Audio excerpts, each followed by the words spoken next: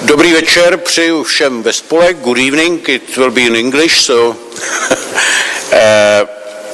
ale já začnu těch pár slov ještě česky, který se týkají organizačních záležitostí, čili po určité době si vás zase dovoluji tady přivítat na Cevro. Je to tentokrát vystoupení mimo, bych řekl, nějaké pravidelné série. Budeme mít zase pokračování budoucnosti evropského konzervatismu. Brzo by měl přijet 29. června Daniel Hannan, jeden z architektů Brexitu, se s náma podělit po britských volbách, jak dál.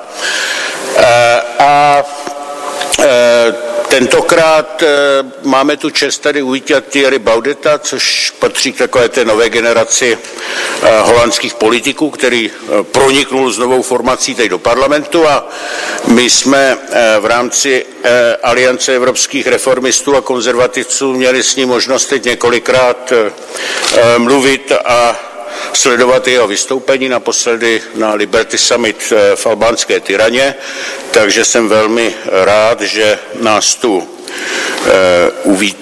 poctil svou návštěvou. Chci poděkovat Janu Zahradilovi a jeho frakci za podporu tohoto večera. Bez Honzy Zahradila by to tady dneska nebylo, protože si dovolil zaplatit letenky a ubytování pro našeho cenného hosta. Chci také využít této příležitosti, abych poděkoval Janě Lefflerové, své tady 2 roky asistence, která vám posílala všechny ty pozvání, odchází, tamhle vidíte na mateřskou dovolenou, tak Jano, děkujem. A zároveň tímto uvítat Anetu Peškařovou, zdejší studentku, která převezme její povinnosti, takže to budete nadále dostávat od ní a jí budete potvrzovat svou účast. Na závěr pak jenom neutíkejte, protože dostanete dárky, to my tady pak s Honzou Zahradilem představíme 3 publikace z našich debat, které tu probíhaly v loňském roce o budoucnosti konzervatismu, o amerických volbách a o migraci.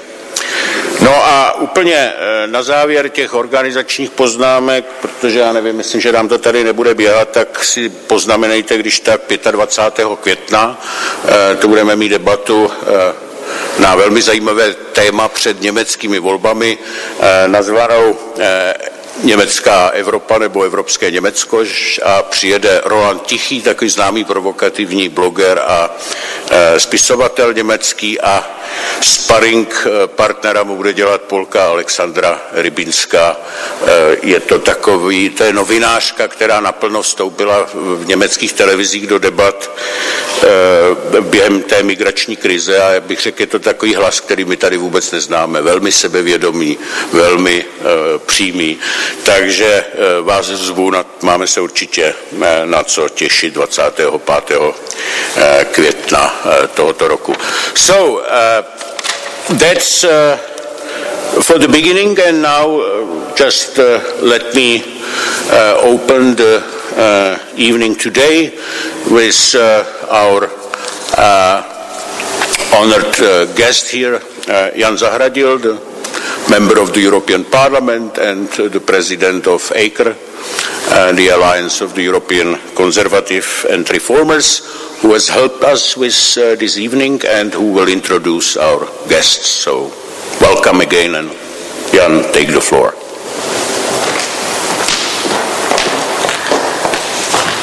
Thank you very much. Good evening. It's quite an attendance, so welcome here in Sevro. I hope that you will find this presentation interesting. This time we have the honor to introduce a guest. Some of us have already had some experience with him.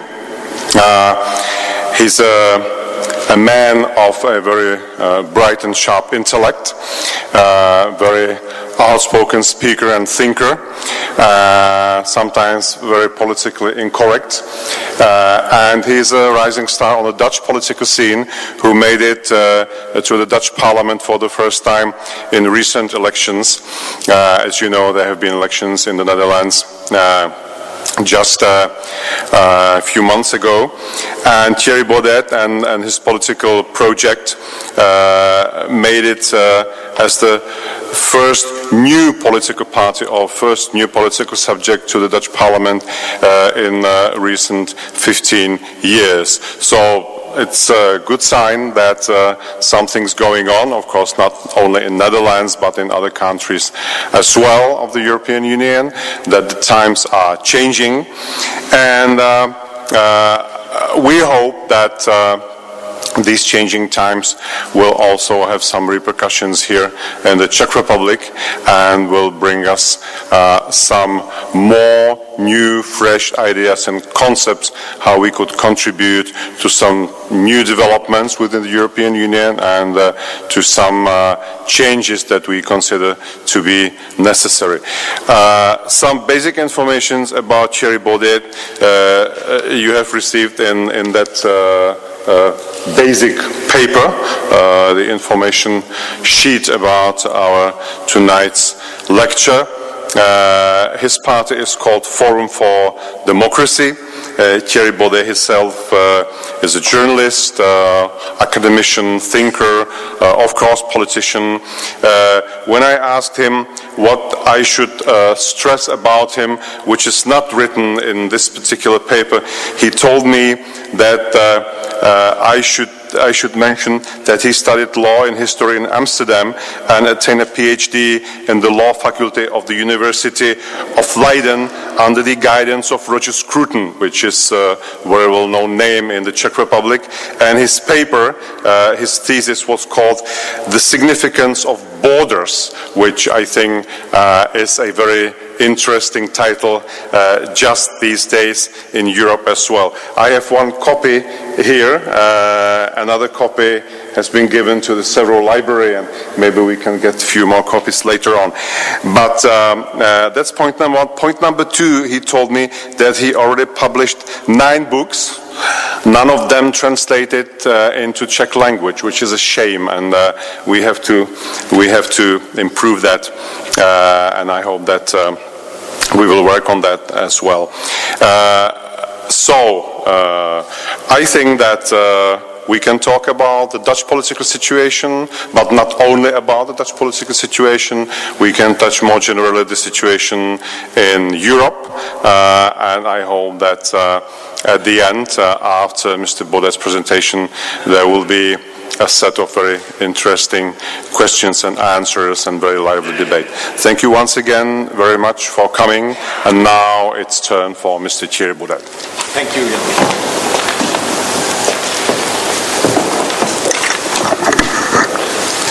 Thank you, Jan, for the introduction. It's a great pleasure to be here in Prague. I've never been here before, but one of the authors of my childhood, one of my favorite authors was Franz Kafka, of course, so I knew about the city before I actually came here, and I brought with me a copy of Gustav Janouch's wonderful conversations with Kafka that I will reread, and I reread already parts in the airplane towards Prague. It's wonderful to be here. It's an incredible treasure that you have this city. It's one of the most beautiful cities I've ever been to. So thank you once again for inviting me, for having me here. It's a very important moment in European history, I believe, that we're experiencing, because we've all been formed and shaped in one way or another by the 1990s, of course, in which the dominant view that we all had in the West was that of an end of history, that all the major ideological battles had been fought, and that we didn't have an enemy anymore. By the way, if I'm speaking too quickly or not clearly enough, do interrupt me. My purpose is to communicate, and if anything is not clear, please say so, because then I will try to rephrase it or say it in a different manner. But I think this is crucial to understand Europe today. The 10, maybe 12 years that went between the fall of the Berlin Wall and, let's say, 9/11, in which Europe developed, and the Western world in general, developed a self-image of invincibility. We did not have enemies, we did not have to worry about the future of our civilization. It was, the battle was won. And I think if historians will look back 100 years from now or something, they will say that the 1990s were the decade of hubris, of arrogance of the Western world, where we completely overlooked the real challenges that we're facing. And like any organism, any human being that believes that he is no longer prone to disease, when you sometimes have it when you have a friend, he says, I'm really healthy, and the next day he goes to the doctor and he finds out that he has a terminal cancer or something. It's precisely that thing, that moment of hubris, that moment where you no longer believe that you have to be on your guards. I never get robbed, and the next day somebody steals your wallet or something like that. And this is precisely, I think, what has happened to Europe. In the 10 or maybe 12 years of hubris, of belief that we weren't challenged anymore, we overlooked two fabulous enemies that all of a sudden arrived in our world. And even though they are different enemies, they do not play in the same team, let's say, they do bring about the same result. And the result is the destruction of the nation state.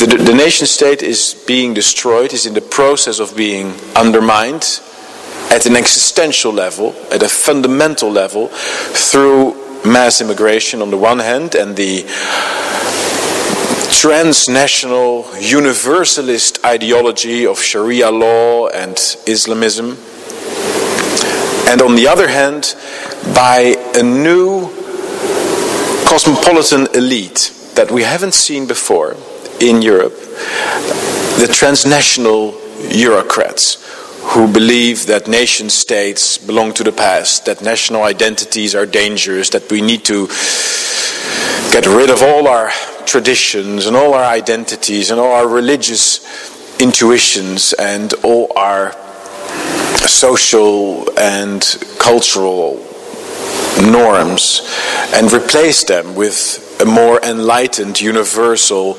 post-historical identity that is supposedly the European identity. So we see now a Europe, a world where we live, that is threatened at a very existential level. On the one hand, by these untold numbers of people from an entirely different culture, an entirely different part of the world, coming into Europe, most of them without serious prospects of work, without serious prospects of integrating properly in our societies. We've seen this in especially in Western Europe, I believe, where we've had very significant numbers of people, especially from Morocco and Turkey, and in France from Algeria, who after 30 years, 40 years, have not significantly integrated. On the contrary, they've grown more and more estranged from our societies. They've become more and more prone to radical ideologies such as Islamism, not exclusively Islamism, but also. And we haven't learned anything from that negative experience. On the contrary, we're bringing in more and more people from that part of the world. And this is done by, these policies are conducted by precisely the elites that also want to bring about a European federal state, European continental governance.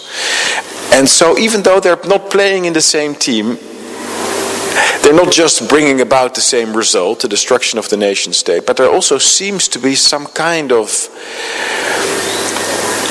secret dialogue between the two, some kind of cooperation, some kind of alliance between, on the one hand, power-hungry bureaucrats in Brussels and Strasbourg and Frankfurt, and on the other hand, the hundreds of thousands of, or maybe millions of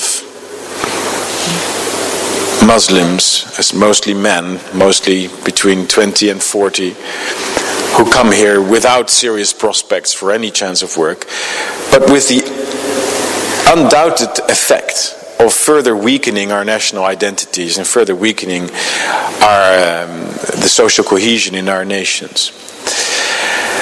I've just been elected as a member of parliament. I've been writing about these issues for some time.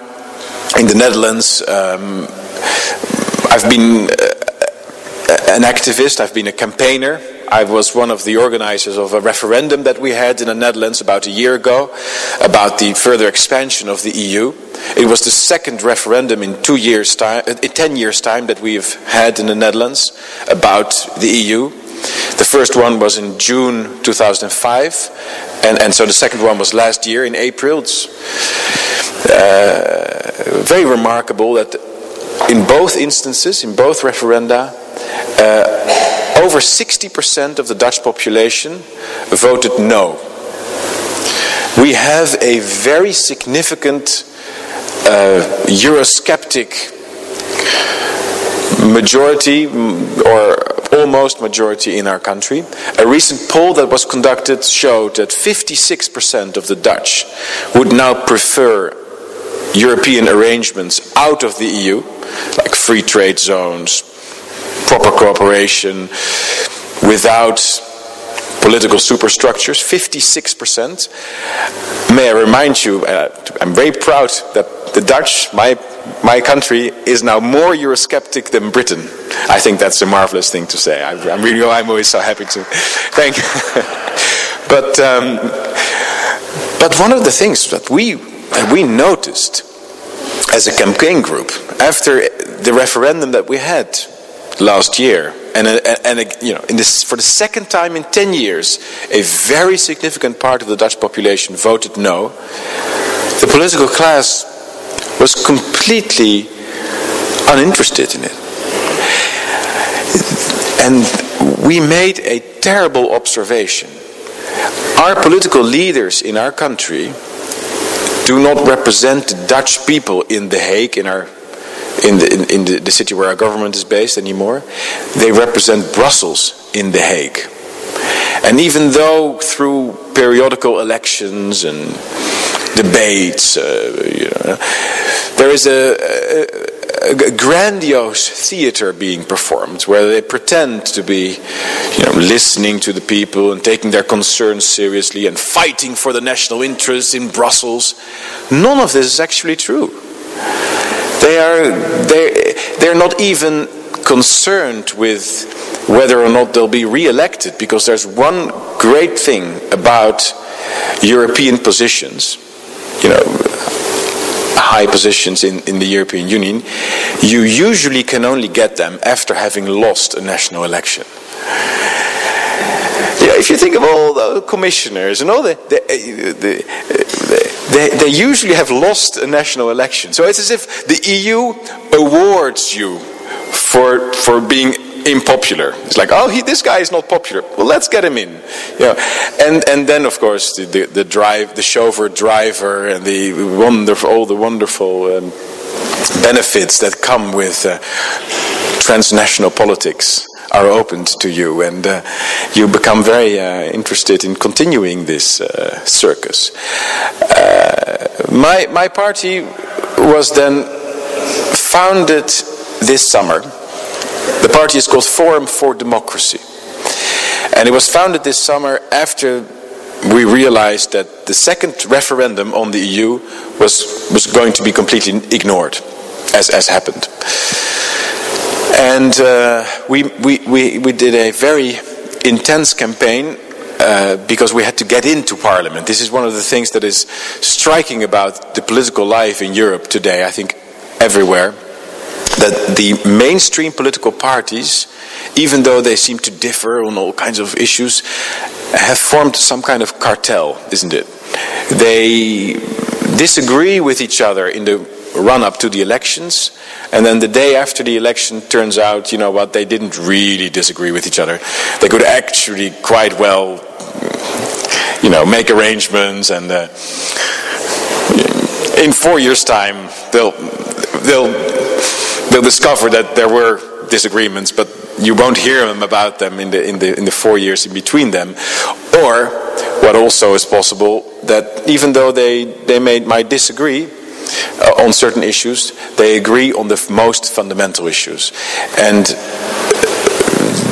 the two most fundamental issues are the continuation of immigration and the continuation of the EU. And this is something that in the Netherlands all the mainstream political parties agree upon. The current governing party, the party of our Prime Minister, Mr. Rutte, presents itself as a classical liberal party. I always say that when people start leaving the room, you're doing the right thing. But the classical liberal party presents itself as immigration skeptic, presents itself as Eurosceptic. But I was, as a newly elected member of Parliament, invited last week to attend the EU conference on Malta, the island. And I was shocked to notice, well, actually I wasn't really shocked because I already expected this to happen, but still I think it's shocking that this party, the VVD it's called, that has campaigned for months in the run-up to the election that we had in March on a Eurosceptic ticket, promising people to limit immigration, agreed with all the EU proposals for an EU army, European quota on immigration, which means that essentially we will no longer be able to decide for ourselves how many people we would admit, who we would admit, and what we would do with the people that we do not want to admit, if we want to expel them or not. So there seems to be a parallel reality. There is on the one hand the reality of electoral promises, of the things that politicians say in the national context. And then on the other hand, there's the European reality, where all the mainstream parties simply agree with whatever plans the EU comes forward with. And the European Union now really is developing in a way that can only lead to the destruction of Europe, to the destruction of our culture, to the destruction of our civilization. And not just through mass immigration, because it promotes mass immigration. It wants mass immigration because it weakens the nation states, it weakens our national identities, and therefore it becomes more logical to have a pan-European government. That's their reasoning.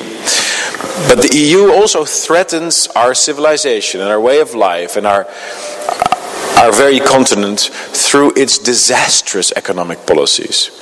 The euro, I have to congratulate you on your wonderful former president, Mr. Václav Klaus, who is one of the great heroes, I think, of European politics of the past several decades, for keeping your country out. Because this is a great thing that you've been able to stay out of the euro. It's a disaster. It's not working for the north. It's not working for the south.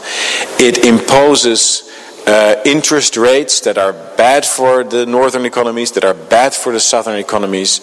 The unemployment rates in the south are absolutely fabulous. They're ghastly, they're terrible.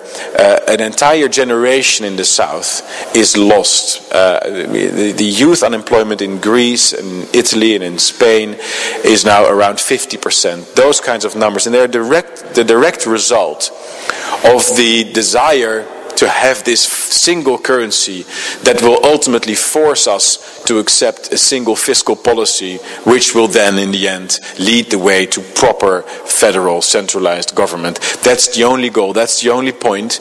And it's shocking to realize that in the 90s, the heads of state that decided on implementing this single currency were totally aware that it would lead to massive crises. Romano Prodi was then the commissioner of the European Commission, said, and he admitted that he had discussed this with Helmut Kohl and all the other leaders of governments and heads of state of Europe. The crises were predictable. We knew they would come. The wise answer was, we will now take this step, the rest will follow. I still think it's chilling to realize that we have political leaders that consider their ambitious political projects much more important than the well-being of their citizens, that they essentially admit they do not care about the economic results of their policies. What they care about, and this is something that especially people in Central and Eastern Europe should be sensitive about, they care about their idea of some kind of necessary development in history. There is some kind of historical aim that has to be realized, no matter at what cost, no matter how much people disagree with it. It's the course of history and it has to be continued. So a mixture, I believe, of simply egomaniacs and egocentria and personal narcissistic aims of all importance. You can see this very clearly in a man, I think, who has now clinically gone mad, Guy Verhofstadt. I mean, does this name ring a bell here in Czech? This man will have psychopathological books written about this man. It's you can just see from the face that he is not really in touch with reality, isn't it? Is it something? No, am I saying something? But this is the level of, psychological developments that we have in the top ranks of the European organization. But below that level, of course, there are scores of people and mediocre politicians that see a chance for themselves to eternalize their careers and have a sort of endless meeting kind of life. So that's one explanation for this. We have the second one, which is a mad idea about history, where they have to fulfill the dream of Napoleon, to unify Europe. This is a complete megalomaniac dream that some of them have.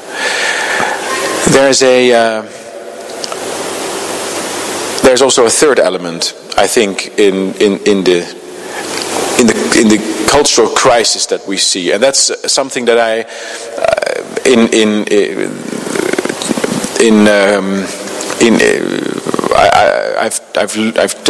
taken a word from Roger Scruton. He has coined a term which is oikophobia. Oikophobia is a new word that he has introduced to the English language, and I think we should start using it in all our several languages. I've introduced it in the Netherlands, and it's probably going to be brought into the dictionary now, so it's now an official word. We are very used to the word xenophobia, the fear of what is strange, what is unknown. It comes from the Greek word xenos, the other. Someone from outside of your city, someone from outside of your country. And it's something that we are all very aware of, that it's a dangerous thing. Xenophobia is now one of those undefined crimes that we see all the time in Europe. Sexism, racism, xenophobia. Nobody knows what they actually mean, but it's very bad if you are one of them. What nobody actually talks about is oikophobia. And oikos is the opposite of xenos. The oikos is the home. The oikos is the familiar. It's the thing that we are acquainted with. It's our own culture. It's our own nation. It's our own traditions, our own language. And Roger Scruton has said, and I think he's entirely right about this, that we in Europe, we in the West, suffer from oikophobia. We suffer from a fear or an instinctive dislike of our own traditions, our own culture, our own history. We feel ashamed about it. We no longer want to even teach it. If you now look at the disc, I've been employed in several universities in the Netherlands, and I have come to realize that universities aren't really places of critical thought. They are platforms for ideological training. And one of the most important ideas that we're teaching to children and students, whether it's in history faculties or political science faculties or anthropology faculties, sociology faculties, is even economics faculties, is that whatever the context, the West is always wrong. Whether it's, we're not teaching the proper history of the Crusades. We're not teaching the fact that Europe has been under constant attacks from the Muslim world for hundreds of years. And that, even though you can say all kinds of negative things about the Crusades, all granted, they were defensive operations. They occurred in the context of an ongoing war of aggression that was launched upon Europe from the Arabic world. We're not teaching colonialism in all the context that we should understand it. We're not teaching art history in the context that we should understand it. We're not teaching Christianity in the context that we should understand it and appreciate it. The only thing that students learn, the only thing that young people learn, is that, at one point we invented the European Union, and before that everything was terrible. We were always having wars with one another. You had people on horseback, riding horseback and, shooting randomly everybody else. And we have, what do we learn about the Middle Ages?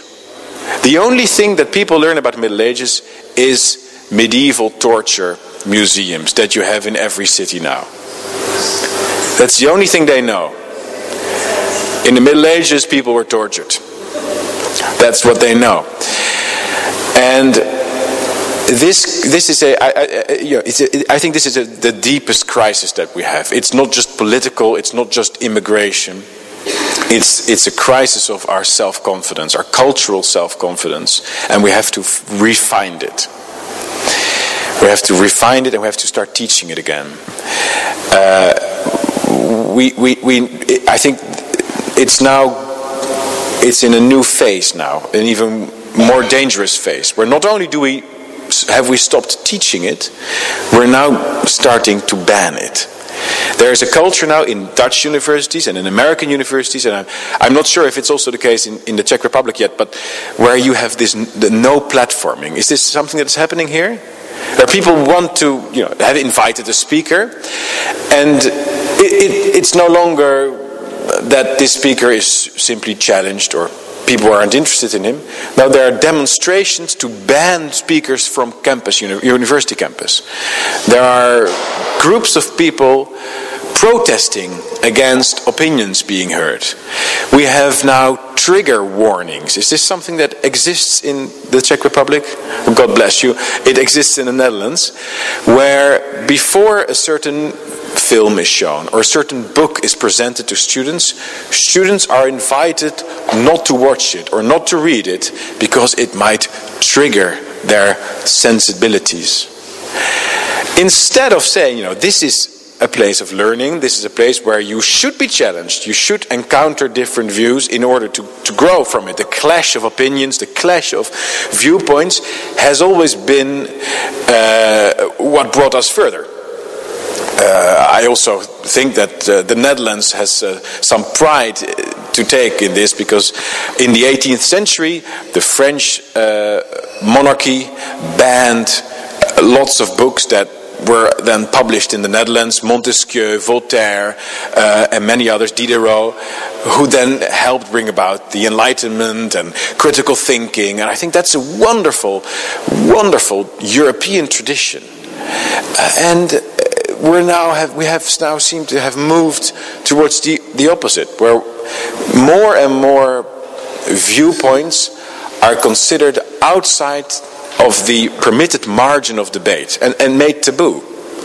And you're not even allowed to question them anymore, because then you are one of those labels, and you're a sexist, or you're a racist, or you're a xenophobe, you're something, some kind of label that they have invented to make a critical thinking impossible, and so educate a new generation of students that aren't even aware that another discourse exists, that it's possible to think more nuanced about our history, to appreciate our artistic achievements, our political achievements, our technological achievements. And so a new generation that is infected with self-loathing, without any serious knowledge, but the thing they know is that everything in the past was terrible.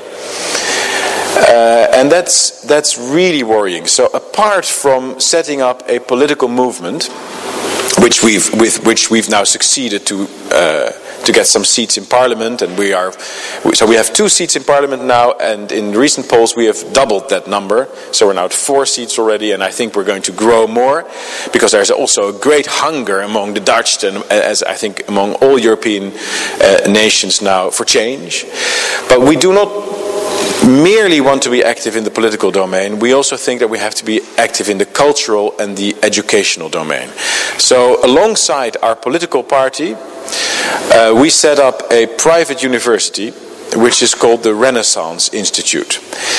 I think the Renaissance is the most inspiring concept that we in Europe have. It's not just that historical period, it's also a retelling, of course, of the Christian promise of resurrection. We can rise again. It's possible, even after death, to gather ourselves again and once again rediscover a cultural heritage that has been considered dead, as happened in the actual Renaissance period, but also spiritually. It's possible for our nations, and I think this is something that also people in the Czech Republic will be able to relate to, it's possible to rise again, to get up on our feet again after decades of destruction. And it's time that we do that now in Europe. It's time for a European Renaissance. It's time not only to politically to break with the destruction of the nation state through the EU and the open borders. So what we have to do, obviously, is leave the European Union, restore our borders, cooperate in a friendly manner with one another, have free trade arrangements, but follow the British example and leave the European Union behind. That's absolutely necessary. But at the same time, we have to launch a cultural and educational offensive.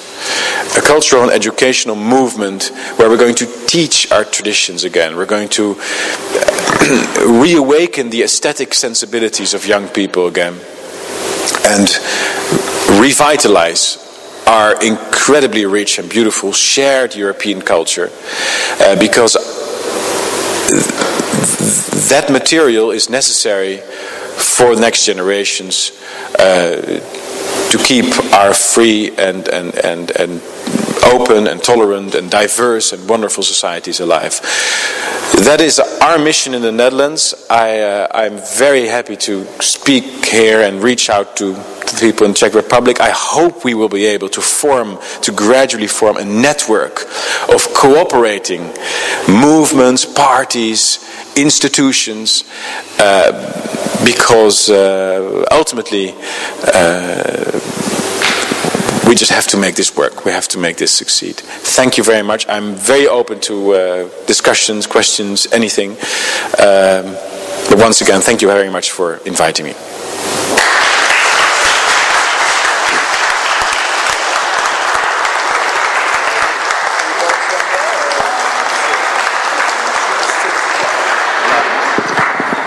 Well, thank you very, very much. You are a great speaker, and you are still visiting a free university, which you are allowed to speak freely. So thank you very much. So let me open the debate. you can think about your questions. You can raise them either in English, and if you do not feel comfortable in raising your questions or remarks in English, you can do it in Czech, because there is also the translation. And to give you some time, so there's one or more question by Jan, then I will raise also another, and then you will take the floor too. So, just if I may go back to the beginning of your speech, you have mentioned those two referendums in the Netherlands during a recent decade. One about the so-called constitutional treaty. The other one was about, if I'm not wrong, association treaty with Ukraine. You were campaigning in both cases against the constitutional treaty, against the accession treaty with Ukraine as well.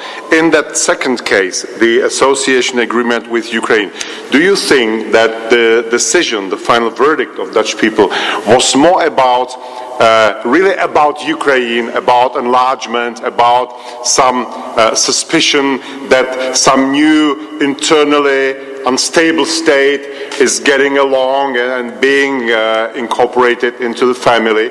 Or was it more about the state of the EU itself? Because what we have seen in some cases was that whenever there was a possibility of a popular vote, people used that, regardless of the question, they used that as an option, as a possibility to express their dissatisfaction with the status quo, with the current situation, and they use it as an opportunity to tell to elites, look, we do not want any more things going this way. So it was kind of a substitute response to a different question. So was it really about Ukraine, or was it much more about the state of the EU itself? Yeah, well, the interesting thing is we had empirical research about why people voted what they voted, and it showed that the majority of the Dutch that voted no because they didn't trust the corrupt regime in Ukraine. Ukraine is the top 3 most corrupt countries in the world, which is really an achievement, because I mean there's so much corruption in the world, but still to rank that high, I mean you really have to be significantly corrupt.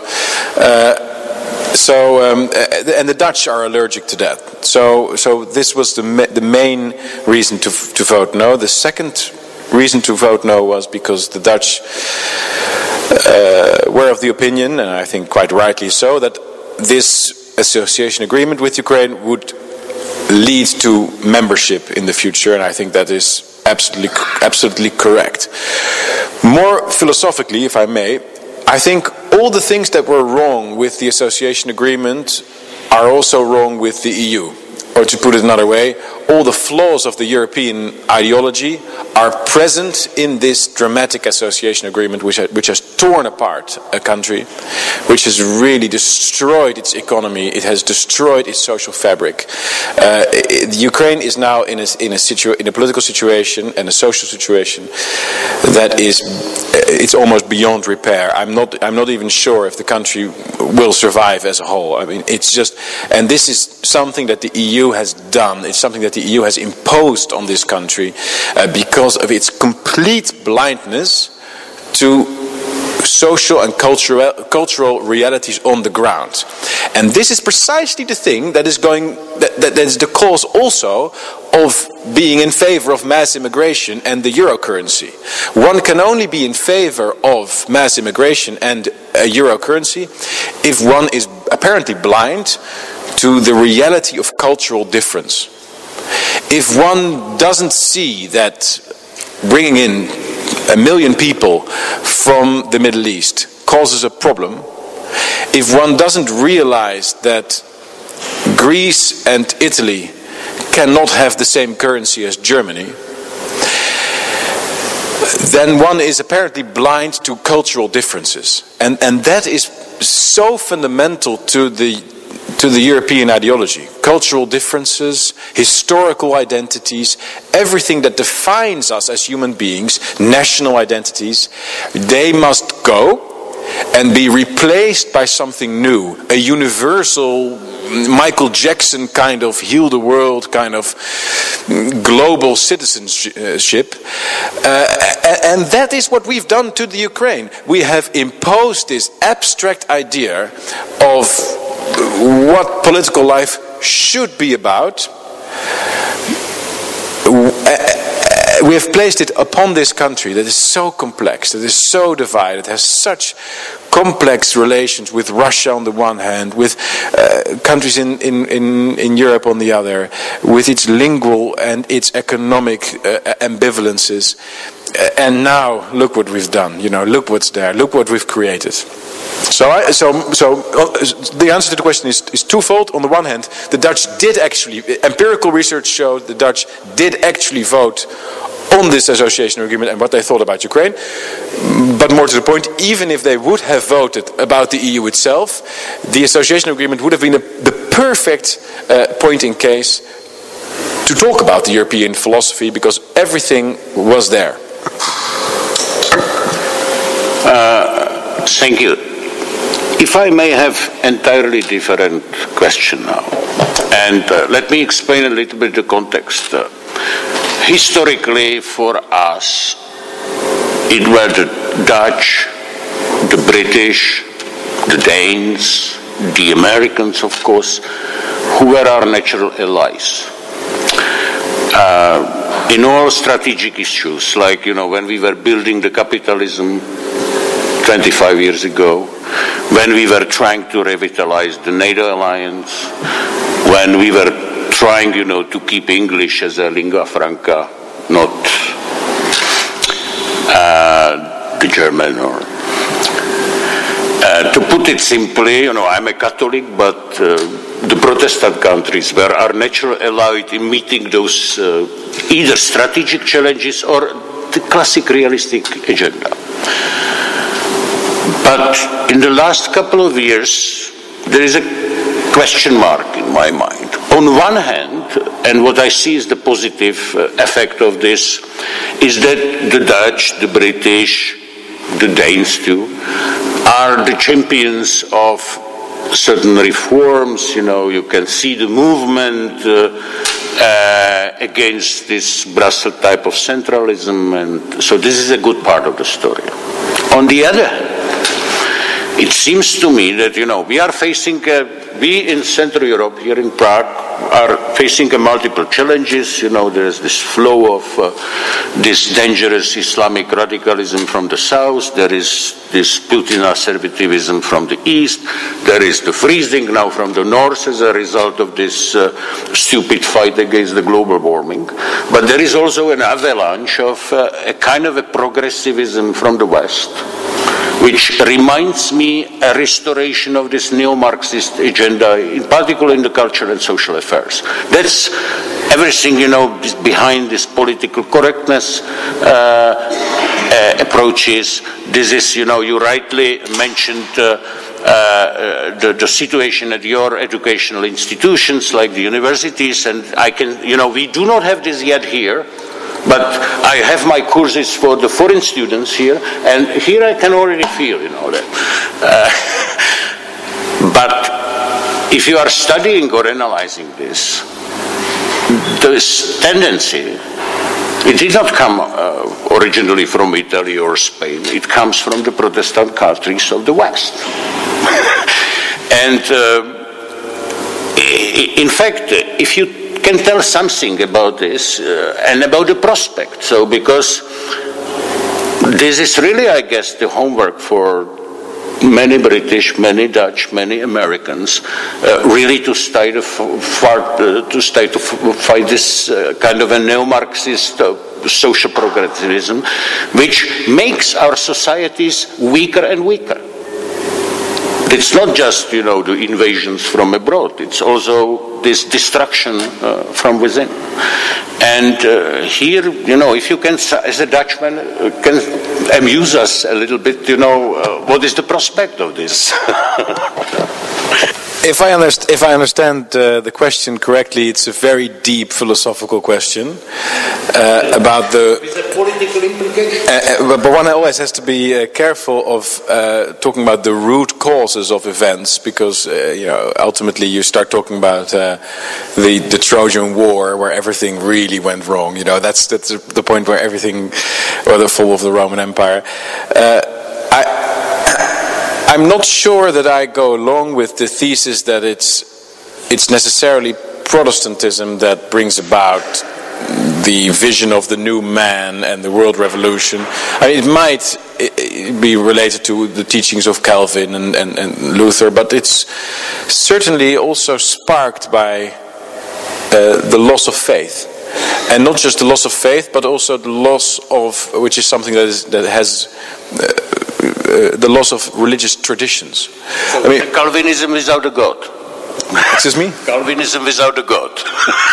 Without a God. Without the God, yes, exactly. Yeah. So you can say it's Calvinism without a God. It's also the if you have focused very strongly on the religious dogma rather than on the religious traditions. For example, I've been in a relationship some years ago with an Italian woman who did not believe in God, but thought it was really important to go to church at certain moments of the year and in certain moments of your life. So it was both a religious and a social institution.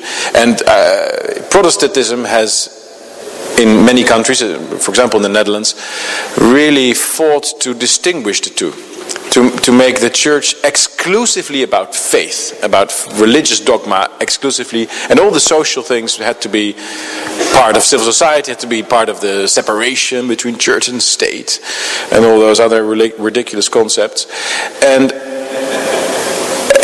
once people stop actually believing, then an incredible emptiness, a vacuum, a void starts to exist in their souls.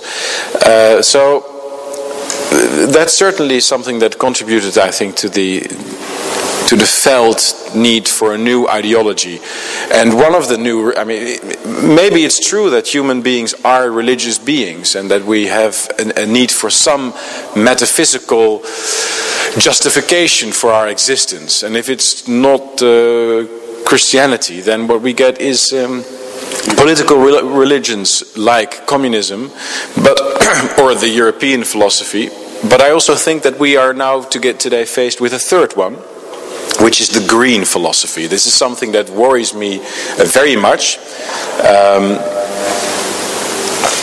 We see now that the belief that we are in somehow destroying the planet through our sins will lead to a great flood, right? That's the main story.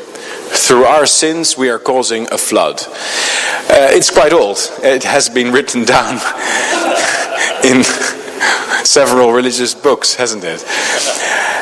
But people are completely unaware of this. It's a retelling. It's a retelling of the myth of our creation from the Old Testament in high-tech terms, and it's considered absolutely forbidden even to question the science behind it.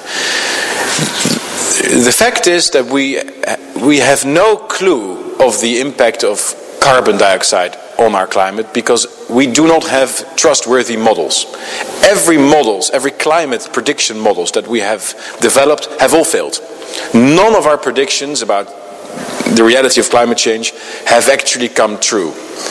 Therefore, the proper academic position about this is we don't know. We simply do not know. And then one might make policies. I'm all open for debates about that. But the principal position should be one of uncertainty. That's how Karl Popper in the Open Society, a term that's now severely discredited because of George Soros's claiming of that term. But I think as a book and a defense of open intellectual debate, it still stands. We have to admit everything that we don't know before we can proceed on what we do know or what we want in terms of policy. This is anathema. It's impossible. The New York Times, otherwise a terrible newspaper, but a couple of days ago published an article by one of its science editors who pointed out that we don't know a couple of things about climate change. Was it also received here in Czech Republic? It made quite a splash in the Netherlands. People started sharing it on Facebook and so on. Maybe not here, I don't know. But it was the remarkable thing about it was that he was severely attacked. And not just on the article, but also as his person, and maybe, he cheated his wife and other kinds of things. But whatever the reasons were, he was not allowed to say that. He was not allowed to publish doubts about the established orthodoxy that through our sins we are causing a flood. And that is an extremely worrying thing. And with all the criticisms that we can have about Christianity and about the doubts that we can have, it didn't, in its final form, in the form it had in the 19th century, in the 20th century, it doesn't really stir this kind of vehement religious extremism that we see now among the green activists, and I think that's a really worrying trend. So.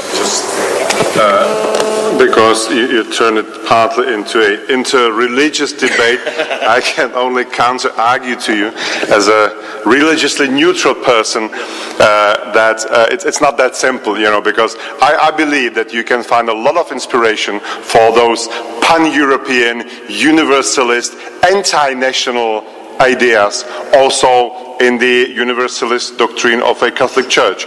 And you have a lot of Christian democratic parties on the continent that are the major promoters of European federalism and that are speaking that anti-national language and encouraging us to leave all that behind because it's the garbage of the past and we should get rid of all that. So it's not that simple that it will have something to do just with this or that particular religion. No, full stop. That's true, Jan, and that's what I said is the positive part of the Protestant element in the ability to criticize the centralism.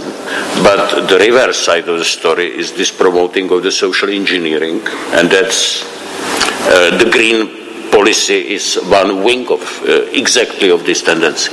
Yeah. Well, but Jan's points are very true as well. In the early days, the EU was also termed a Catholic project.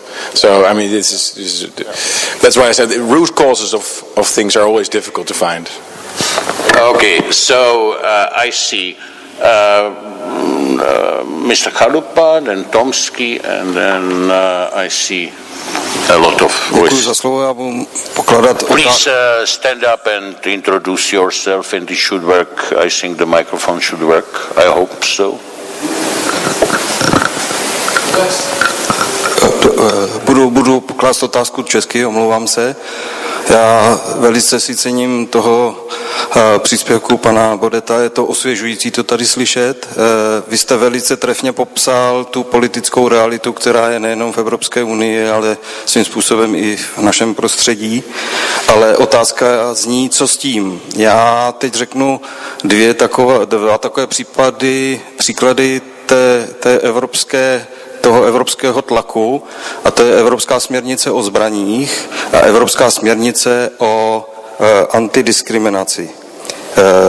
Pokud 700 milionů voličů nebo obyvatel v Evropské unii volí své zástupce do Evropského parlamentu a tito zástupci, ti evropští poslanci potom vlastně hlasují pro tyto, já řeknu otevřeně, nesmysly a jenom Česko v podstatě se k tomu vymezuje a ostatní tomu buď přihlíží, nebo to prohlasují, tak něco je špatně.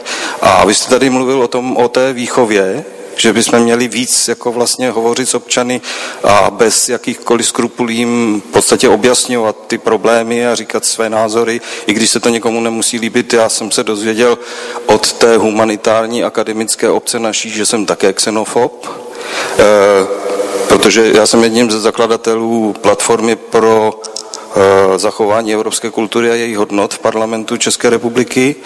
A otázka zní, jakým způsobem to můžeme změnit, když prostě naši, a teď prosím odhlédněte od toho, v jakém já jsem poslaneckém klubu, jakým způsobem to můžeme změnit, když 720 poslanců v Evropském parlamentu, nebo většina těch poslanců, prostě tam hlasujou pro ty věci, o kterých tady hovoříme, že se nám nelíbí. Oni jsou ti, kteří rozhodují o tom, že pan Juncker je v čele Evropské komise a dokud já osobně nejsem příznivcem odchodu z Evropské unie, ale pokud se Evropská unie nezreformuje, tak ty odstředivé tendence, nástup, řekněme, extremistických zprava, zleva, bude narůstat a ta Evropská unie se stejně rozpadne. Vy jste evropský poslanec, já stejnou otázku pokládám i poslancům v Evropě, kteří jsou za naší politickou stranu. A jako vy nejste schopni tam ty lidi odvolat, pozvat je, říct jim, vy jste za to zodpovědní, co se tady stalo za posledních 3-4 roky a jděte do háje? Děkuju.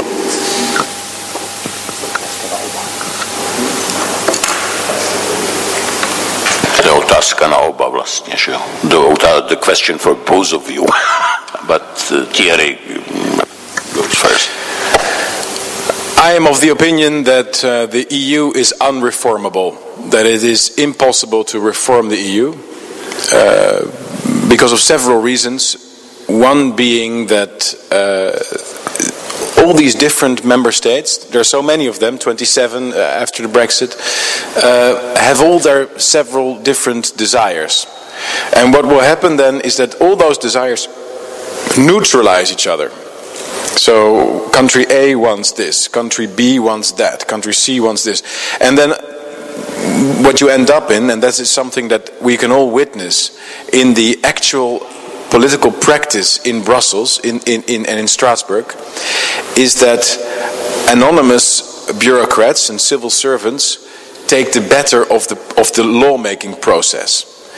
They take charge because the politicians can't agree, because they all have different focuses and different subjects that they want to talk about.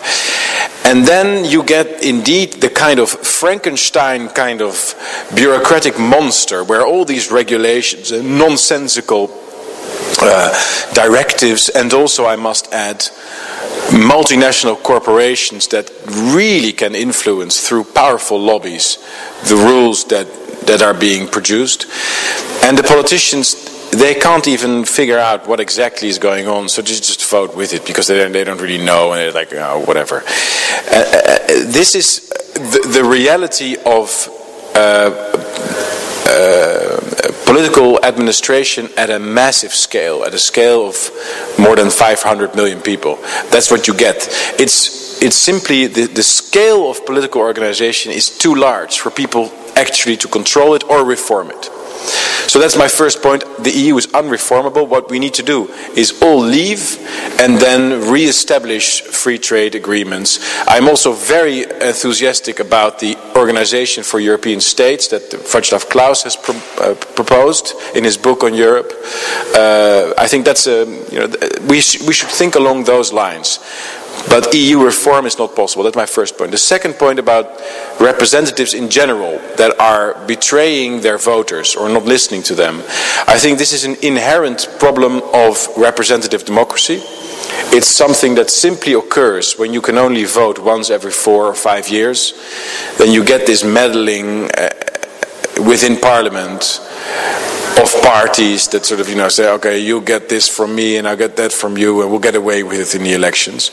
And the only way to cure that is through regular referendums, Swiss style,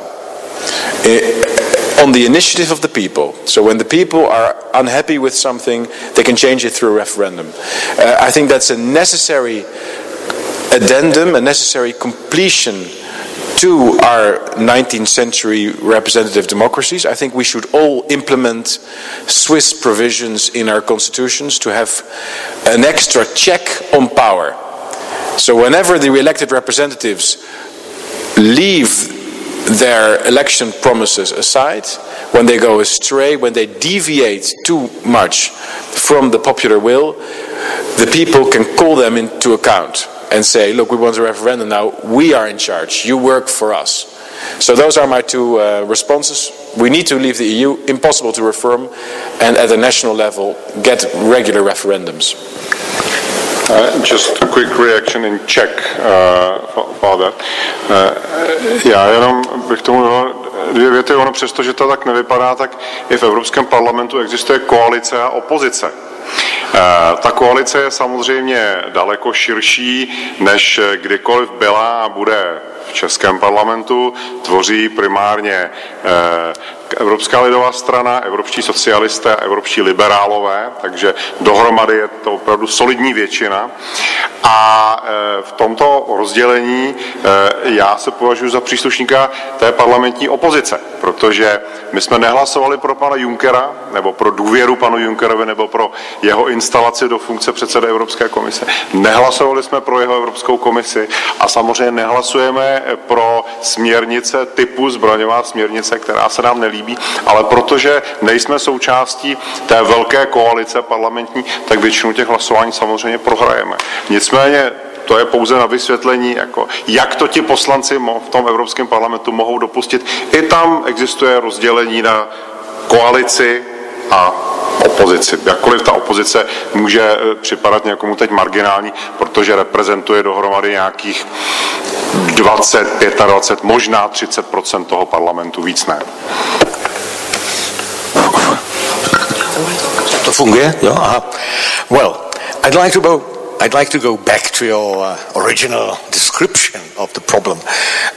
It seems to me that Roger Scruton's very nice term, oikophobia, is a symptom. It's a symptom of a much deeper thing, of a cult of humanity, cult of individualism there, even bestiality, all these LBGT, and all these things that are promoted. This cult of individualism talks about freedom of the individual. And against that, you have parties often quite extreme on the nationalist side. So for many people, and Europe is divided into two camps in that sense, for many people Europe still represents individual freedom, human rights, the kind of peace and certainty and right development, even if that ideal of that abstract humanity is hidden and is not clearly seen by many. So what do you think, how can be this divide in some sense overcome? Because this is very important. As long as the EU has a positive image of peace and development and humanity and individualism and human rights, and the extreme nationalist parties are talking quite often nonsense, and they certainly are not laissez-faire very often. Le Pen believes in some sort of national socialist economy. So then this is a political problem. But I'm very glad that you mentioned Guy Verhofstadt, because I read the British press every day, and the English are puzzled by his statements. They haven't yet developed that idea that he might not be quite sane. So thanks for that.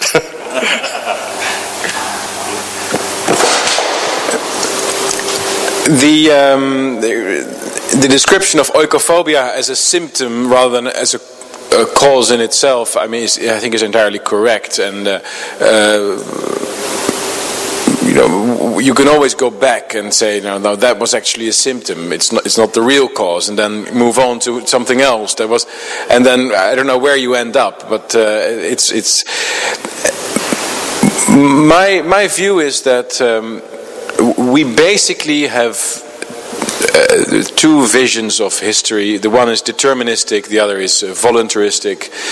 We can either change the course of history and change the style development in the arts, for example, and change opinions that have been formed, or we cannot. Either Oswald Spengler is right or he's wrong. But either way, let's try. Let's give it our best, because if we don't change, the course our continent is going, our children, our grandchildren will not be able to live here anymore in the same way, and will not be able to share the same freedoms and the same culture that we have enjoyed anymore. So we have to do it. Vy jste si vzal mikrofon? Tak prosím. Dobře, tak hello, my name is Philip. I'm a student of international relations and PR. I would like to ask about. No, it's okay. I would like to ask about media in Netherlands. In Czech Republic, we have like suggestions and from EU, and people think that it's right, and the Czech Republic is just the only one we are doing it. But it's just a suggestion what we should do, know what we have to. It's about the disinformation, and the fake news is something I know. It's now it's a lot of popular. How is it about? How is it in Netherlands and about EU? How they see them? Thank you. Last words. How they see them? How they see the EU? I'm sorry. The media. The media, yeah. How the media portray the EU? Is that correct? Is that the question? Yeah. The media are in our country completely, the mainstream media, co-opted by the political establishment. They do not follow the political decisions critically. On the contrary, they see themselves as promoting the mainstream. So what we've done as the Forum for Democracy, my party, we've invested very heavily on Facebook and social media to build our own platform. We now are the largest party in social media. We have more likes and more followers than any other political party, and we almost daily we're posting on an almost daily basis videos and articles that give our point of view on developments, and we have a reach now of more people than any single newspaper or any major television program. So that is, I think, really the way to do it. Go around them. And then you will see, because now it was very funny, we had a discussion, I thought it was funny, in Parliament, the political editor of the most important political talk show of the country came to us and said that he wanted to make a short documentary film about our party. And him sitting in front of us, we were looking at each other like, yeah, well, I guess we could reach about a million people or so with this. And he was like, yes, yeah, definitely, you will reach a million people. But if we do it ourselves, we'll reach 2 million. And we did it on Facebook. We reached 2 million people. And you just saw his face. Like, a new world has arrived. The media are no longer the all-powerful monopolist of what people talk about, what they hear. We have to get on the internet and present our things on our own platforms and really counter the monoculture that exists in the media. Now, one of the most worrying developments, and you mentioned this in your question, is the invention of the concept of fake news. This is something that I think we really have to fight against, because through the concept of fake news and also hate speech and all the undefined concepts, what they're going to try to do, I think, is curtail the freedom of the internet and the freedom of our kinds of movements, opposition movements, to get out there, reach out to other people and get our message across. Fake news is simply a concept of banning unaccepted opinions from the accepted mainstream debate. And I think we should really defend freedom of speech, get rid of all blasphemy laws, get rid of all those attempts by the state to control the public debate. Otherwise, I don't think that it will be possible to continue this this resistance movement. Tak, Karel Dyba, pak tady Matyáš Zrno a pak tam ještě vidím. Yes, you know, in Europe, in the EU, of course, what is important as far as any change is concerned is Germany. How do you see, from the Dutch point of view, the role of Germany in current Europe? And then we also have, you know, is Germany benefiting from this arrangement, or is it costly for Germany? And then we have France. Obviously, these are sort of more down-to-earth questions, right? Not those philosophical you talked about. So that's what I think worries me. How do you see it? Thank you for your questions. I think the Germans are the extremists of Europe. They have always been, and you know, they again today they are the extremists, the universalists, the people that take a single principle to its ultimate consequence. And as Nietzsche said, "Jeder Konsequenz führt zum Teufel." If you want to be consistent about something to the ultimate end, you end up in terrible policies, and this is something that Germany is doing now. So the Germans are the extremists. The French are. I feel really sorry for the French. They have the worst electoral system in the world. It's impossible for change to arrive within the current electoral system. I think the divide, therefore, but I mean the Germans have a pretty terrible electoral system as well. But in both countries, what we'll see is a political establishment that will remain deaf to the worries of most of the people on the ground.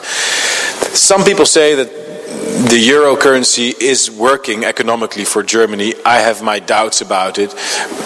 Certainly in the long run it can't, because Germany will have to continue to bail out the South, because the problems of the euro are not incidental but structural. They will continue to happen over time and over time, because simply the economies of the South are so different from the economies in the North that you will always get asymmetrical shocks. It can never work. It's not going to work in 10 years, it's not going to work in 50 years. It simply can't work ever. So over time the Germans will feel pretty annoyed about having to bail out everyone all the time, and the thing will break, is my conviction. Therefore, the better thing we should do is dismantle the currency in an orderly way. This would also be a great relief for France, because France is pulling above its weight. It can't really keep up with Germany anymore. It will have to demand a bailout sooner or later. And of course the French will feel too proud to do that, so they will resort to all kinds of wicked measures to postpone that inevitable moment. And I can only see chaos and mayhem on that path. I really don't see how these two countries, that you're perfectly right, of course, they formed the original spill of the whole project, the core of it, will be able to continue to march along the same lines for a long time. Maybe with the election of Macron coming Sunday, he has promised, he announced he wants EU reform, isn't it? Well, we've been there before. That's what David Cameron said he wanted to bring about as well. No reform turned out to be possible because the EU is unreformable. It's impossible to reform it.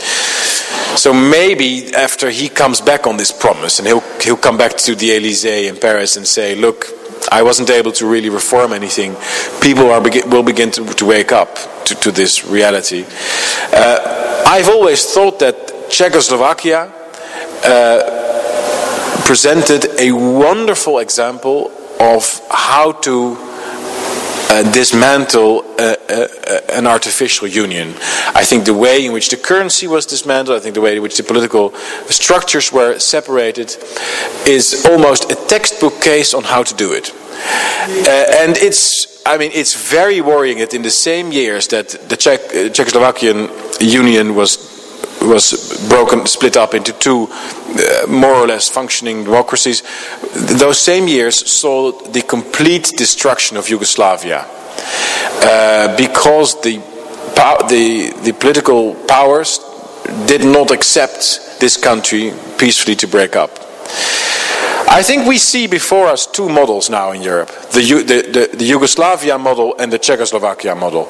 And I think we should be inspired by the Czechoslovakia model and follow that example. Sit together as grown-ups around the table and say, look, it's not working out, is it? Let's find a way out. A peaceful, orderly dismantlement, and let's prevent some kind of Yugoslavia from happening once again. Matthias Zerno, Matthias Zerno, Civic Institute, one of the participating organizations. I have a short and I will say obvious question from someone who has only very superficial knowledge of Dutch politics. What are the main differences between your party and Geert Wilders? Because I obviously see some common ground, but yeah. Geert Wilders, I think, is now after Johan Cruyff the most well-known Dutchman. Or do you not know who Johan Cruyff was? The great football legend. Okay.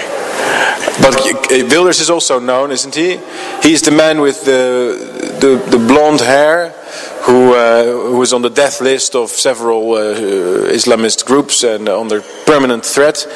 And he's a very brave man. He's a man whom I admire, and I've voted for him several times. I think he has done an incredible job at breaking open some elements of political correctness in the Netherlands, and he has certainly done an impressive job at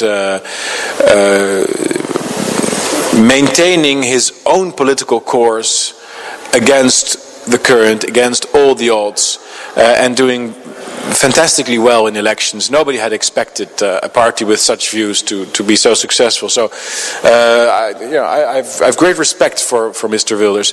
I think, however, that his party is, at least in three fields, not very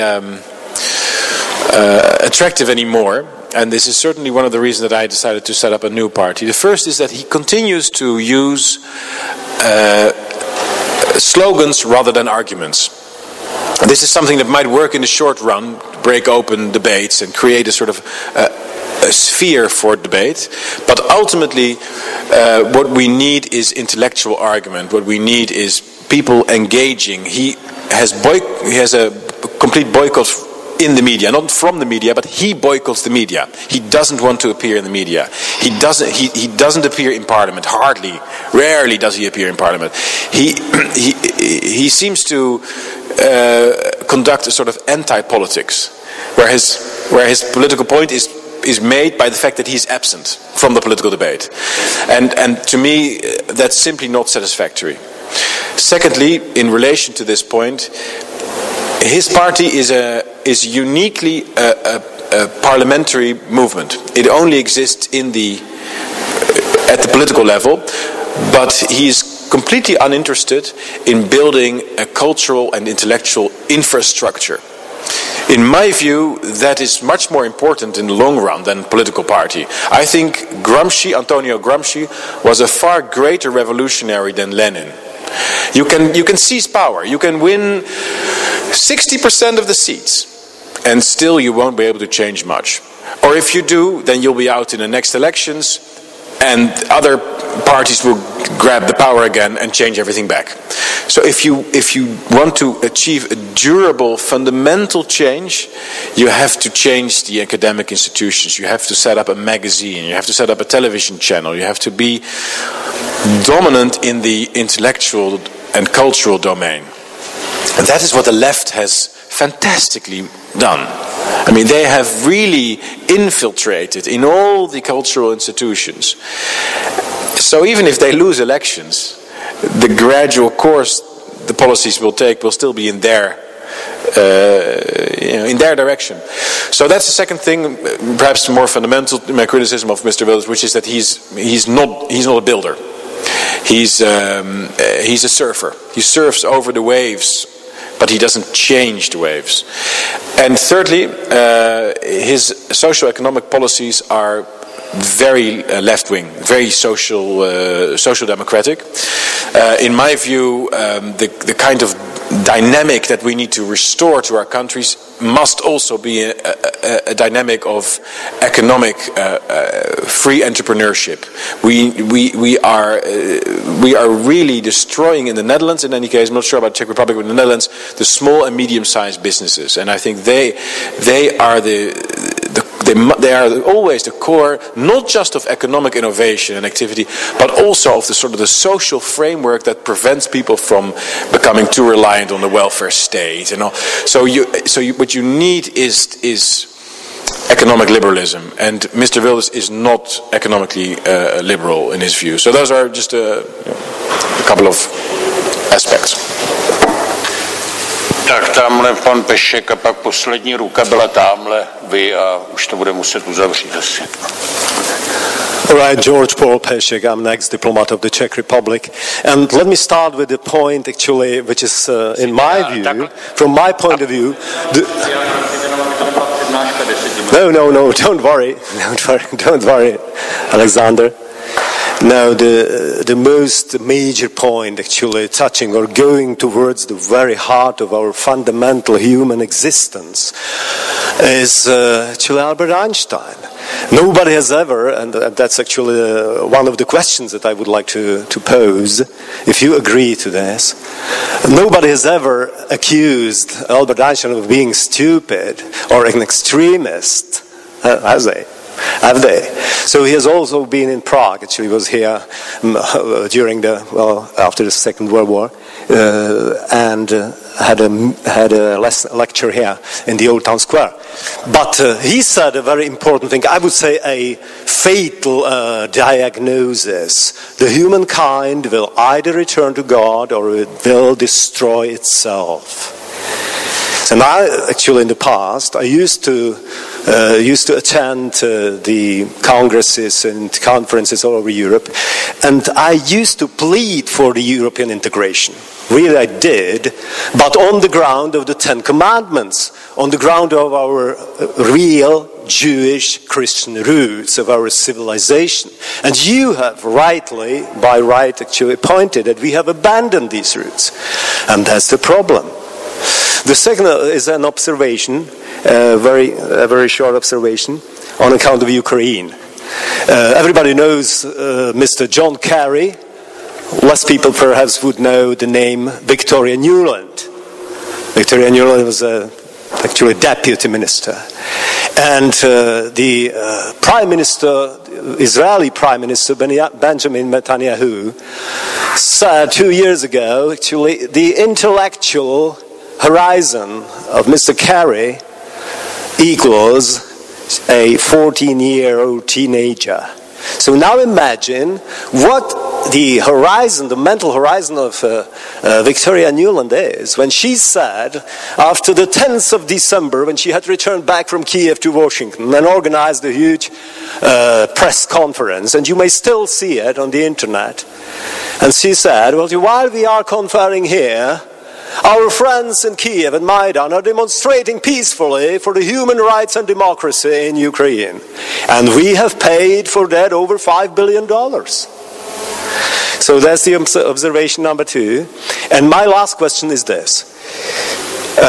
You have actually spoken about the disintegration of our European identity, about the destruction of the national states in Europe. And you know, you definitely must know, you didn't mention it, but I'm sure you know the name Richard Coudenhove-Kalergi. So he also had the Czechoslovak citizenship, well, besides the Austrian one and the French citizenship as well. But he wrote in 1925 in his manual, Mein Ziel ist ein neues europäisches Volk zu bilden. So my aim, my goal is to form a new Negroid Euro-Asian race of low intellect and bad morals, very easily controllable. And that's what actually Nicolas Sarkozy said when he was actually the president of the French Republic, having the French flag beside him. And he said, our goal is to arrive at the interracial marriages. And this is not an option. This is a must. This is an obligation. And if the concept of voluntarism is not enough to achieve this goal, the states must use the coercive means, the coercive measures, because we must change and we will change. And that's actually the problem. And I would love to ask you, if you could actually, from your point of view, having all this, experience behind you, how can we influence the media? How can we combat mediocrity? Because, I'm all right now. So we have also, in June, we also were talking about this issue with your ambassador here, Mr. Hayes, in Prague, the Dutch ambassador. So how can we actually combat this disinformation, this world of the mass media, of the mainstream, when we are not able to raise a discussion on account of Kalergi?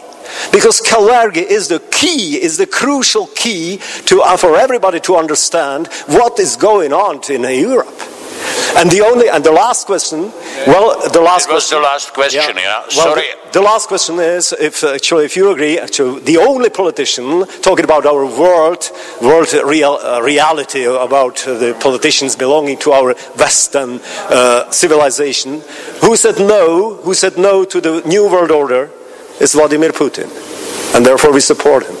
Okay, thank you very much. Thank you. Thank you very much for the wonderful questions. About Einstein and return to God, all prophecies may of course be true, I mean, in theory.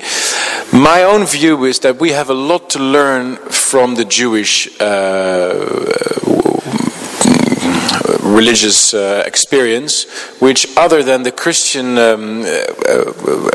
emphasis, has not been on orthodoxy but on orthopraxy.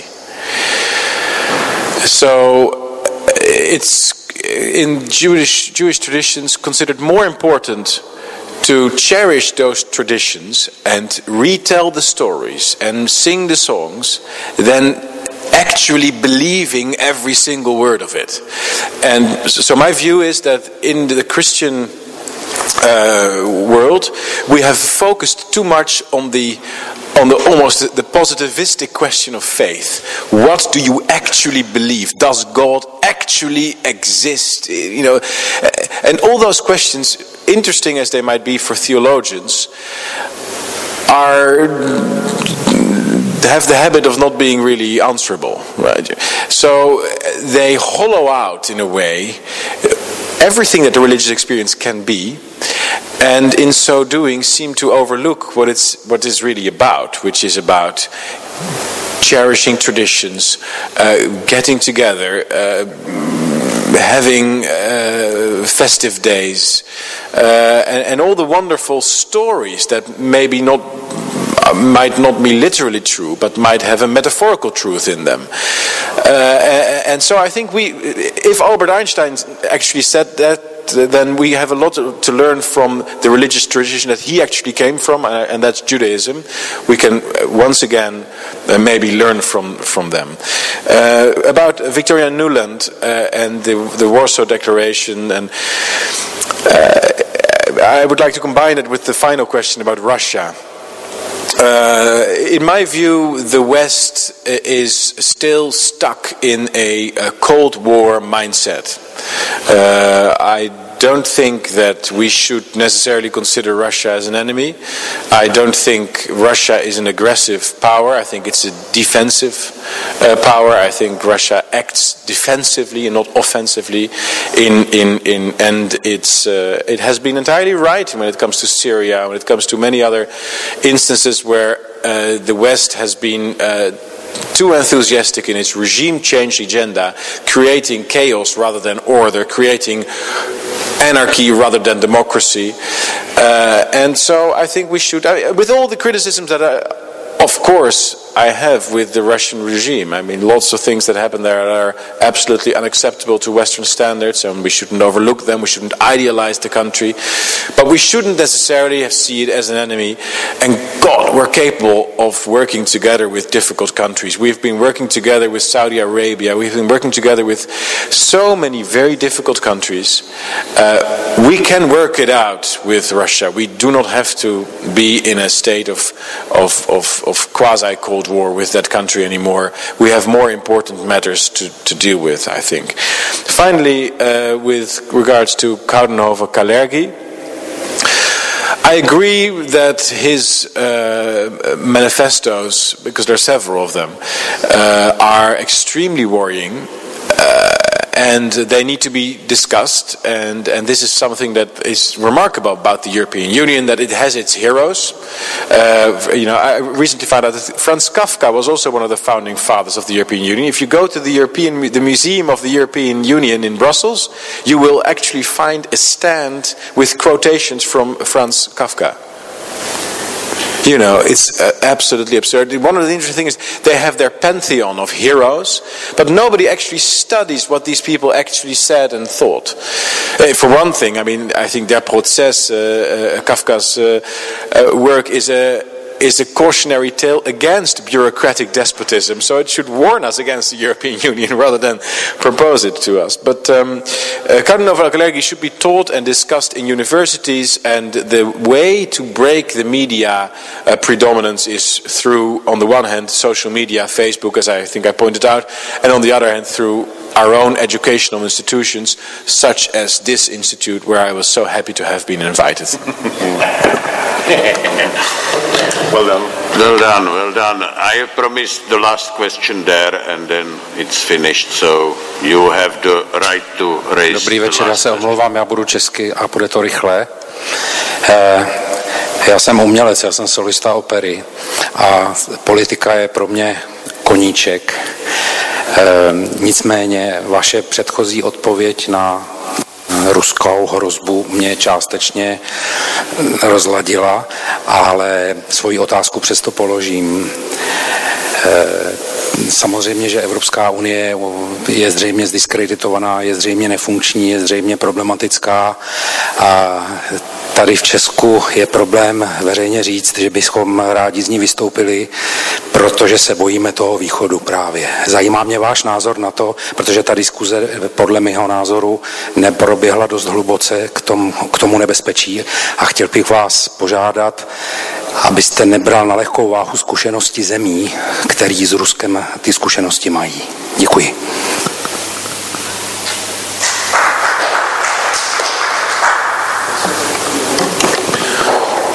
I'm very honored to receive the last question from an opera singer. As politics is your hobby, opera is my hobby. So I really admire people that are musicians. My father is a musician too. What are you singing? Which opera are you singing now? Great. Well, I love Verdi. Yes, I can understand the historical predispositions about Russia and about Russian threats, and I do not think lightly about that. However, I do think that Russia has changed. The world has changed. Russia has changed, and the threats of today are different than the threats of decades ago. My view, therefore, is not that we should blindly trust Russia or any other country, but my view is that there's no point in bellicose rhetoric. And there's no point also in trying to destabilize, and this is what we've done, destabilize Russia and its countries around it, such as Ukraine, because the result is the opposite from what we seek to achieve. I mean, I would be very interested to hear what your view then would be of what should we do with Russia? Should we try to destroy it? It exists. Okay, it exists. It's one of the largest countries in the world. It exists. In my view, international relations are never about friendship. They're about interests. We have several interests in common. We both want, the Europeans and the Russians both want stability in the Middle East, and we need to. You don't agree with that view, perhaps, about stability in the Middle East, but I think it's something that we've not contributed very much to in recent years. We've really destabilized the Middle East through primarily America-initiated dreams about democracy, and that's been unwise. And the Russian voice there has been the voice of reason. There are no friendships in international relations, but there are overlapping interests. Our aim should be to work together with other countries. What is the safeguard? It was your final question. Well, guarantees that are given out by banks, right? And they're not very trustworthy usually. So I'm not sure I should be in the position in politics to give out guarantees. But we usually get better results when we are in normal conversation with our neighbors, rather than on the foot of war. And this is something that has been promoted by several American administrations and by the European Union. And I find that very worrying. And just one final thought. There seems to be something in the European spirit whenever European megalomania takes a hold of us, and it has happened 3 times now in our history, under Napoleon, under Hitler, and now again with the EU. Leaders develop an obsession with Russia. Napoleon was completely obsessed with Russia, completely obsessed, and he went there and lost. Hitler was completely obsessed with Russia. He went there and lost. Now again, I think our leaders are... I'm not denying any historical experience. I acknowledge it. I take it very seriously. But our leaders, I think, are obsessed with Russia. And there's no need for us to be so occupied with seeking the conflict with Russia all the time, where we could try to work together with it in a normal way.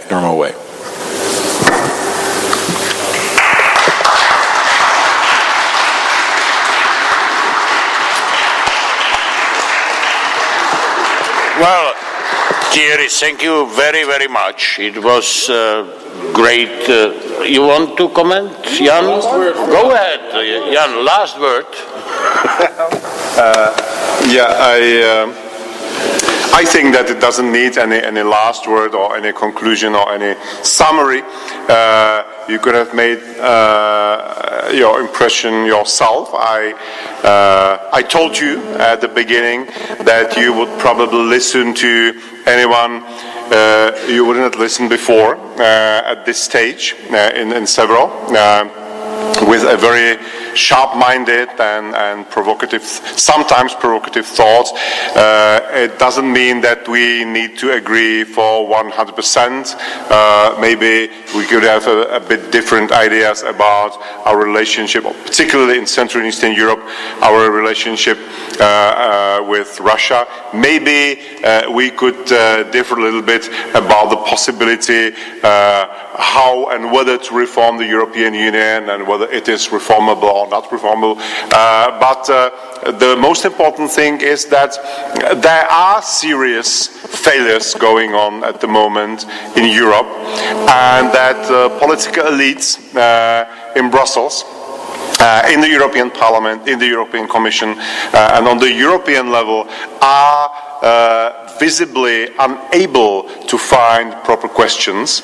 They, after some hesitation, admitted, or at least Mr. Juncker admitted quite recently, that maybe there might be more than just one way, this obvious ever closer union way, how to get out of that mess, which was quite an achievement because we never heard anything like that from anyone like Mr. Juncker before. So maybe it's a little, step forward. We will see. But there are serious things going on, and I think that if there is someone or if there are people who can find proper answers to those questions, they are not sitting in Brussels. They are sitting in national governments. They are sitting in national parliaments. They could be courageous enough to come out with those ideas, and they should also develop some tools and instruments how to deliver that message to the people. And I think that from all those points of view, you are doing your job quite well. So congratulations and all the best. Good luck. We were happy to have you here. Thank you. Thank you very much. Just a moment, we will do the last announcement here with your permission. So as I promised you, I think you will find this on the table on your way out of here. There are 3 publications which are somehow summarizing our debates you visited. One is on the migration in Europe, second is on the American elections, and the third on the future of conservatism in Europe. So that's a gift for you, to je dárek pro vás, který si můžete odnést, a já bych tím ještě poprosil jednou Honzu Zahradila, protože i tohle jsme byli schopni vydat na tak úžasném křídovém papíře díky jeho přízni a přízni jeho frakce, takže prosím poslední slovo a poděkovat mu ještě jednou. Tak ještě jednou děkujeme, že jste I switch to Czech for a moment. Že jste přišli, protože ty publikace jsou v češtině, tak já tady budu taky mluvit česky. Vyšlo to s podporou našeho think tanku New Direction, který jaksi je asociován tady s tou naší frakcí evropských konzervativců a s tou nadnárodní politickou stranou ACER, Alliance of European Conservatives. Trvalo to nějakou chvíli, teda, než jsme to vydali, takže možná ne úplně všechno, co tam najdete, je úplně aktuální, ale zase to nejsou témata, prostě to, co tam popisujeme, to nejsou témata jakoby ze dne na den, to jsou nějaké hlubší strategické úvahy, takže snad vás to osloví a bude vám to ku prospěchu. A samozřejmě ve spolupráci s Severem tady ve vydávání těch publikací budeme pokračovat a budeme též pokračovat ve zvaní atraktivních a inspirujících a inspirativních řečníků. Děkujeme ještě jednou za účast. Teď nevím, kdo to rozdá, nebo jak se to udělá, nebo jestli tady je nějaký... Aha, oni jsou u východu, takže tam se to můžete rozebrat. Takže děkujeme ještě jednou, hezký večer.